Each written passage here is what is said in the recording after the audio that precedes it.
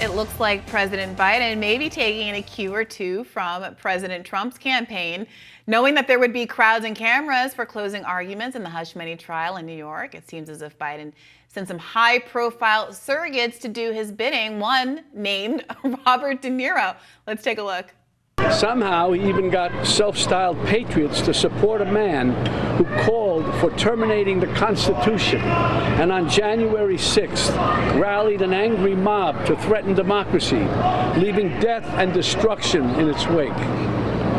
That's why I needed to be involved and wanted to be involved in the new Biden-Harris ad, because it shows the violence of Trump and reminds us that he'll use violence against anyone who stands in the way of his megalomania and greed.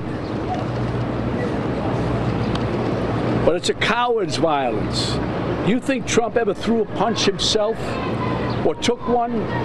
This guy who ran and hid in the White House bunker when there were protesters outside? No way. He doesn't get blood on his hands. No, he doesn't. He directs the mob to do his dirty work for him. Alongside De Niro were two January 6 police officers who spoke of the dangers of another Trump presidency. Some on X criticizing the Biden-Harris campaign appearance outside this trial. Fox News' Aisha Hasni wrote on X, quote, "Great point by Karl Rove just now. Team Biden just politicized the Trump trial in one fell swoop." Ben Shapiro writing, "What genius thought this was up? Hey guys, our 81-year-old rambling half-senile president is unpopular. Let's get an 80-year-old rambling half-senile actor out here to attack the other guy." The Conservative Partnership Institute's Rachel Bovard wrote, quote, "Dems always go with the celebrity surrogates and expect it to work. Look, we're cool and popular and have elite friends." And in other Trump-related news, Judge Eileen Cannon has denied special counsel Jack Smith's gag order for Trump. Cannon said the request lacked in substance and professional courtesy. Smith was attempting to stop Trump from making future statements about FBI agents after Trump said agents were, quote, "locked and loaded and ready to take me out" during their search of his Mar-a-Lago estate.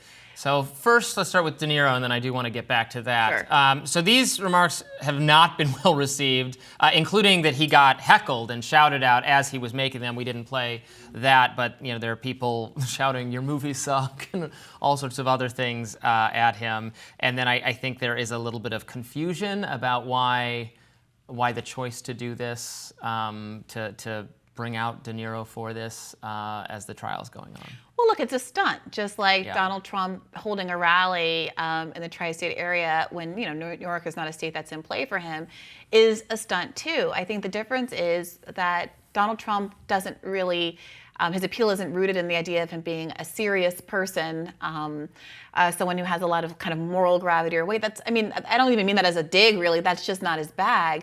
Whereas Democrats and Biden specifically hold themselves out as kind of the adult in the room. So I think when you perform stunts like this, it just it seems like it's almost diminishing you in the seriousness, the gravity with which you've been talking about what the stakes of this election are. It's really about saving democracy, but you're bringing Robert De Niro out to accuse Trump of not having thrown a punch or gotten it's tough guy nonsense. It is very tough guy, but this is I don't think there's any confusion about what's happening. What's happening is that Donald Trump made this kind of play for New York, said, "I'm a New York guy, this is my city too," turned out big crowds that Biden could only envy.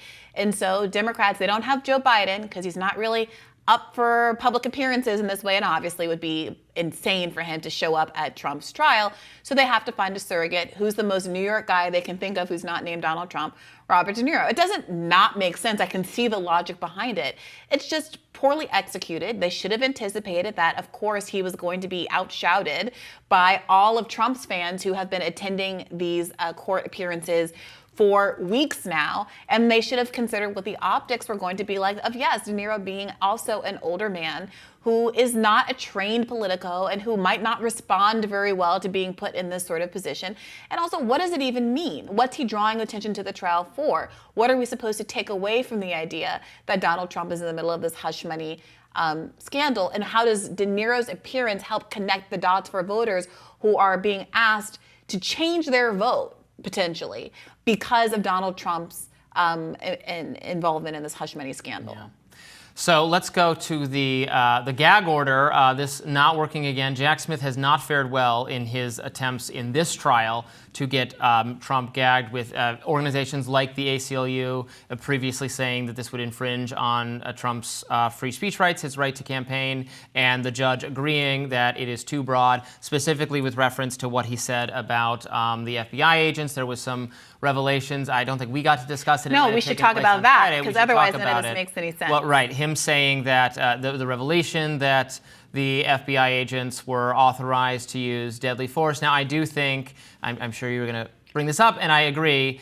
Well, let's say what it is particular first. About. Okay. Let's say what it is first. So Donald Trump and his surrogates have been accusing the FBI of authorizing taking him out with lethal force when they did the raid on Mar-a-Lago to lethal force was authorized to get documents, because in the routine language that is used in all of these. Yes, that's what I was going to say. It is common practice in these kinds of and importantly, raids. The exact language was used to authorize the FBI to go and do the search of Biden's estate as well. It is common language. It is not particular to the Trump raid. If they were trying to, they also conducted the raid when they knew that Trump was not going to be there. Right. But that didn't stop Marjorie Taylor Greene from tweeting that the Justice Department and the FBI had plans to assassinate Trump and, quote, gave the green light.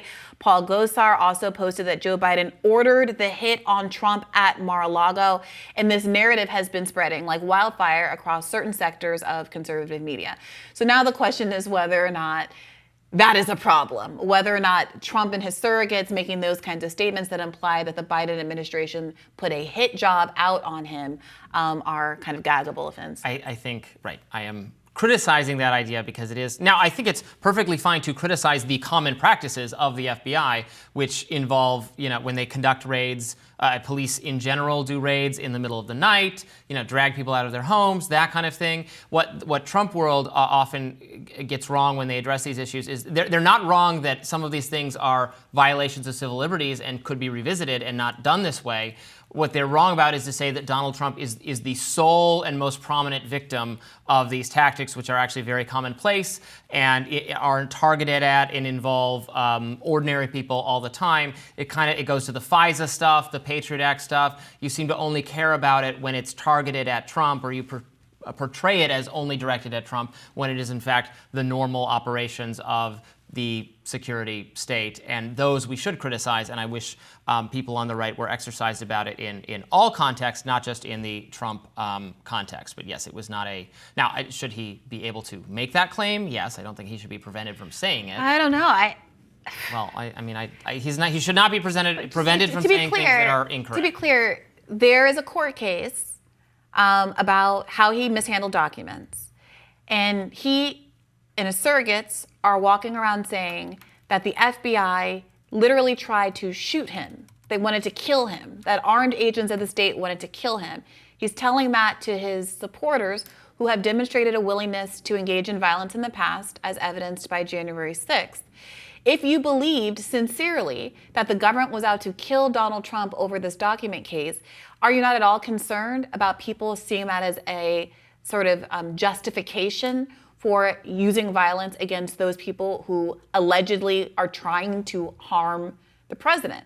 And how is that going to affect the safety of jurors and other people involved in the prosecution of this case?